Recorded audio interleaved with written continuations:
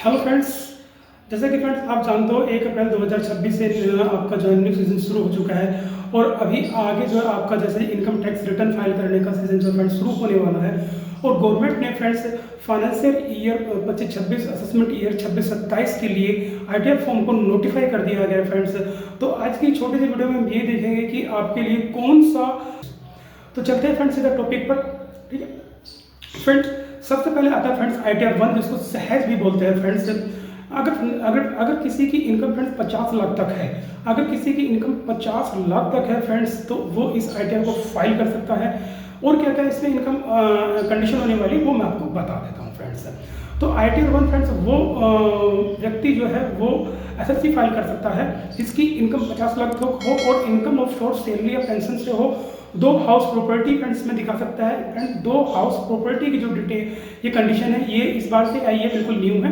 तो इस बार से आप अपनी आईटीआर 1 में 2 हाउस प्रॉपर्टी को शो कर सकते हो। और अदर सोर्सेज की आपकी कोई इनकम है, जैसे कि बैंक का इंटरेस्ट हो गया, एफडी का इंटरेस्ट हो गया, पोस्ट ऑफिस का इंटरेस्ट हो गया, ये भी इसमें आ जाता है फ्रेंड्स। एग्रीकल्चर इनकम 5000 तक की अगर आपकी कोई एग्रीकल्चर इनकम है वो दिखा सकते हो फ्रेंड्स। अगर आपको लॉन्ग टर्म कैपिटल गेन हो रहा है इक्विटी और शेयर से फ्रेंड, तो 1.2 लाख तक आप यहाँ पर ये शो कर सकते हो फ्रेंड्स। अच्छा, इसको आईटीआर को फाइल कौन सा कर सकता है फ्रेंड्स? ये आईटीआर रेजिडेंशियल इंडिविजुअल के लिए है फ्रेंड्स। तो ये मैंने आपको बताया आईटीआर 1 के बारे में। एक चीज़ मैं आपको और बताऊंगा फ्रेंड्स। अभी आपको ये कन्फ्यूजन हो रहा होगा कि 1 अप्रैल 2026 से फ्रेंड्स न्यू इनकम टैक्स लागू हो चुका है। ठीक है, लेकिन फ्रेंड्स आपका इनकम टैक्स लागू जरूर हो चुका है, लेकिन जो आप इस बार आईटीआर भरोगे वो सारी की सारी आईटीआर अपनी ओल्ड इनकम टैक्स एक्ट 1961 के मुताबिक भरोगे friends. For ITRs for assessment year 26-27 shall be filed under the old income tax act 1961 only friends. तो इस चीज़ का विशेष ध्यान रखें फ्रेंड्स, कंफ्यूजन मत होइएगा। इनकम टैक्स आपका जरूर एप्लीकेबल हो चुका है, लेकिन ये इनकम टैक्स आपका 1 अप्रैल 2026 से शुरू हुआ है। तो जो ये इसकी आप इनकम टैक्स की जो आईटीआर भरोगे वो नेक्स्ट ईयर फिल करोगे। अभी जो आईटीआर फिल करोगे वो जो आपका ओल्ड इनकम टैक्स है 1961 उसके अकॉर्डिंग ही फिल होगी फ्रेंड्स। सेकंड चलते हैं फ्रेंड्स। सेकंड है आपका आईटीआर 2। आईटीआर 2 फ्रेंड्स वो बंदा कर सकता है जिसकी इनकम फ्रेंड्स 50 लाख से मतलब क्रॉस कर गई हो। सैलरी पेंशन से उसकी इनकम इसमें कवर हो जाती है। 2 हाउस प्रॉपर्टी भी की इनकम भी कवर हो जाती है। उसको कैपिटल गेन या लॉसेस हो रहा है फ्रेंड्स, ठीक है, वो भी होता है, उसमें कवर हो जाती है। उसको इनकम में कोई फॉरेन एसेट या इनकम फॉरेन से कोई एसेट से इनकम है या कोई फॉरेन की इनकम है तो भी हो जाती है। अदर सोर्स की इनकम है फ्रेंड्स वो कवर हो जाती है। अगर वो डायरेक्टर है कंपनी का वो जो है कवर हो जाती है।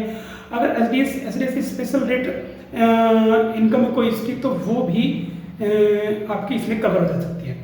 ठीक है, तो आईटीआर 2 को ये फाइल कर सकता है। अच्छा, आईटीआर फाइल क्या होते हैं? This return is applicable for individual and HUF यानी कि हिंदू अनडिवाइडेड फैमिली। तो इसको भर कौन सकता है? आपका रेसिडेंस भर सकता है और एचयूएफ भर सकता है। अच्छा, who is not applicable of the ITR 1? जो बंदा आईटीआर 1 के लिए एप्लीकेबल नहीं है वो फ्रेंड्स आईटीआर 2 को फिल कर सकता है। एक चीज़ और मैं आपको बताऊंगा फ्रेंड्स, इसमें अगर आप एफएनडो या इंटरडे कर सकते हो तो आईटीआर 2 को फाइल नहीं कर सकते, फिर आपको आईटीआर 3 में ही जाना पड़ेगा फ्रेंड्स। तो फ्रेंड्स इस चीज़ का ध्यान रखना कि एफएनडो और इंटरडे की इनकम आईटीआर 2 में कवर नहीं होती है। अगर आपके पास में एफएनडो या इंटरडे में आप फ्रेंड्स जो डील करते हो फ्रेंड्स को आपकी इसकी इनकम है तो फिर आपको आईटीआर 3 में जाना पड़ेगा फ्रेंड्स। ठीक है फ्रेंड्स, तो नेक्स्ट चलते हैं फ्रेंड्स। नेक्स्ट है फ्रेंड्स हमारी आईटीआर 3 और आईटीआर 4 फ्रेंड्स। तो पहले फ्रेंड्स हम अपनी आईटीआर 4 को देख लेते हैं।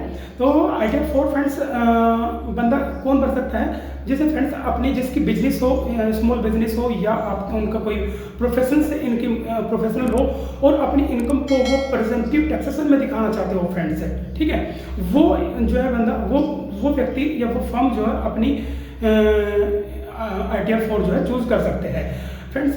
जो अपनी इनकम को 44AD, 44AD और 44AE में रिप्रेजेंटेटिव करना चाहते हैं, ये आईटीआर 4 उनके लिए होती है।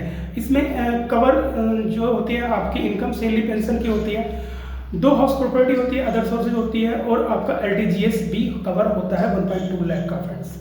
ठीक है फ्रेंड, मोस्टली जो फ्रेंड्स ये होती है उनके लिए होती है जो अपनी इनकम अपने प्रोफेशन को प्रेजेंटिव टैक्सेशन में शो करना चाहते हैं फ्रेंड्स। ठीक है, इसके बाद करते हैं फ्रेंड्स ITR 3 की बात। तो ITR 3 फ्रेंड्स एक सबसे बड़ी रिटर्न होती है 1 2 3 4 में। इसमें आपकी जो इनकम आती है वो सभी हेड से आप कवर कर सकते हो, सैलरी से, pension, house property, profit and gains, business and profits and capital gains, income from other sources, सभी तरह की इनकम इसमें आ जाती है फ्रेंड्स। और फ्रेंड्स इस जो आपकी ITR 3 है friends, this return is applicable for the individual and HUF दोनों फाइल कर सकते हैं। ठीक है फ्रेंड्स इसको फाइल कौन कर सकता है? Who is not applicable, who is not eligible of the ITR 1 2 और 4। फ्रेंड्स वह व्यक्ति जो ITR 1 2 और 4 में एलिजिबल नहीं भर सकता है, वो ITR 3 को फिल कर सकता है फ्रेंड्स। नेक्स्ट चलते हैं फ्रेंड्स ITR 5 6 और 7। तो फ्रेंड्स ITR 5 जो होती है आपकी LLP, AOP और BOI के लिए होती है। LLP यानी कि लिमिटेड लायबिलिटी पार्टनरशिप। ठीक है, और ये फ्रेंड्स आप ITR 5 होती है फ्रेंड्स LLP, AOP और BOI के लिए। ITR 6 होती है मोस्टली कंपनी के केस में फ्रेंड्स, कंपनी के केस में फाइल करते हैं आपकी ITR 6। ITR 7 होती है ट्रस्टेड और पॉलिटिकल पार्टीज के लिए फ्रेंड्स। तो ये आपकी ITR 5 6 7 की मैंने डिटेल बता दी। इसके बाद फ्रेंड्स हम चलते हैं कि हमारा फाइनेंशियल 26 वो 25-26 और असेसमेंट ईयर 26-27 है, इसके लिए ITR की क्या ड्यू डेट होने वाली है। तो फ्रेंड्स अगर आप ITR 1 और 2 में फॉल करते हैं तो आपकी जो लास्ट डेट होगी वो 31 जुलाई 2026 होगी। तो फ्रेंड्स इस चीज़ का ध्यान रखिएगा, अगर आप ITR 1 या 2 में फॉल करते हैं तो 31 जुलाई तक आपको अपनी ITR जरूर ही फाइल कर देनी है। इसके बाद बात करते हैं फ्रेंड्स ITR 3 और 4 की नॉन ऑडिट केस में। फ्रेंड्स ये चीज़ ध्यान रखना, ITR 3 और 4 को मैं नॉन ऑडिट केस में बता रहा हूँ।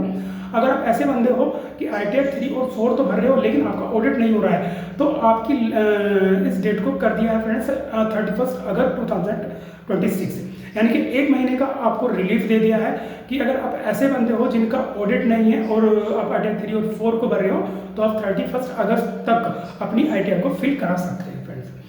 आगे चलते हैं फ्रेंड्स, यदि आप ITR 3 और 4 को फाइल करते हो, अगर आपका ऑडिट हो रहा है फ्रेंड्स, ये ध्यान देना, ऑडिट के केस में 31 अक्टूबर तक आप अपनी ITR को फिल कर सकते हैं फ्रेंड्स।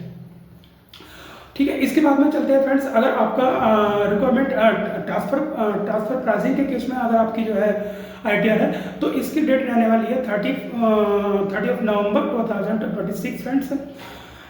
यहाँ तक आपकी ITR की डेट जो है रखी गई है फ्रेंड्स। इसके बाद में भी आपके पास में ऑप्शन है, अगर आप यहाँ पर आपकी रिटर्न रह जाती है फ्रेंड्स तो आप बिलेटेड आप जो रिटर्न फाइल कर सकते हैं जिसकी डेट है 31 दिसंबर 2006 फ्रेंड्स। तो फ्रेंड्स आप बिलेटेड रिटर्न को 31 दिसंबर 2026 तक फाइल कर सकते हो, लेकिन इस पर आपको कुछ सेक्शन 234F में लेट फीस आपको भरनी पड़ेगी। अब लेट फीस क्या होगी फ्रेंड्स, यदि आपकी इनकम 5 लाख से कम है फ्रेंड्स, यदि आपकी इनकम फ्रेंड्स 5 लाख से कम है तो आपको 1000 रुपये की लेट फीस भरनी पड़ेगी, और आपकी यदि इनकम 5 लाख को क्रॉस कर जाती है तो फ्रेंड्स उस केस में आपको 5000 रुपये की लेट फीस भरनी पड़ेगी फ्रेंड्स।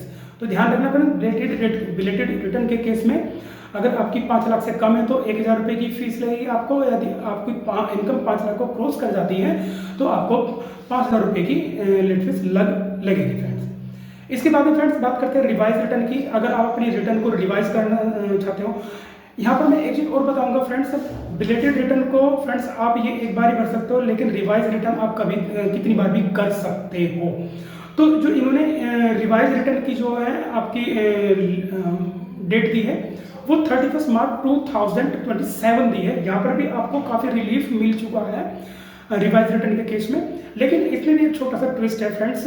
अगर आप अपनी ITR को रिवाइज करते हो 31 दिसंबर 2026 तक, फ्रेंड्स इसे ध्यान से सुनना, अगर आप अपनी रिटर्न को रिवाइज करते हो 31 दिसंबर 2026 तक तो आपके ऊपर कोई भी लेट फीस नहीं लगेगी फ्रेंड्स। लेकिन यदि आप 1 जनवरी 2027 से 31 मार्च 2027 तक अपनी रिटर्न को रिवाइज करते हो तो आपको लेट फीस लगेगी फ्रेंड्स सेक्शन 234I में।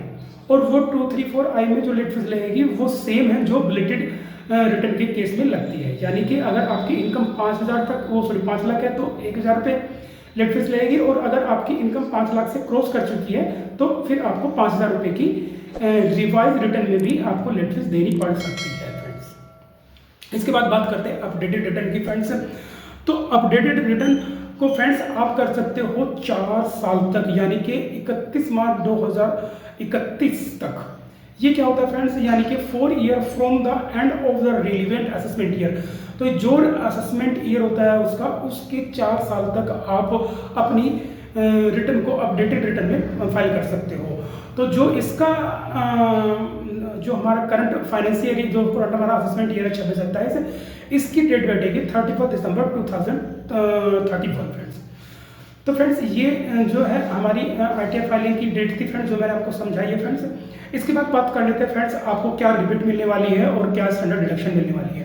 तो फ्रेंड्स रिबेट की बात करें तो the new tax regime offers A tax rebate of up to 60,000, thus effectively making taxable income up to 12 lakh tax free. तो फ्रेंड्स यदि आपकी इनकम जो है 12 लाख तक है तो आपको 60,000 रुपये की रिबेट मिल जाएगी।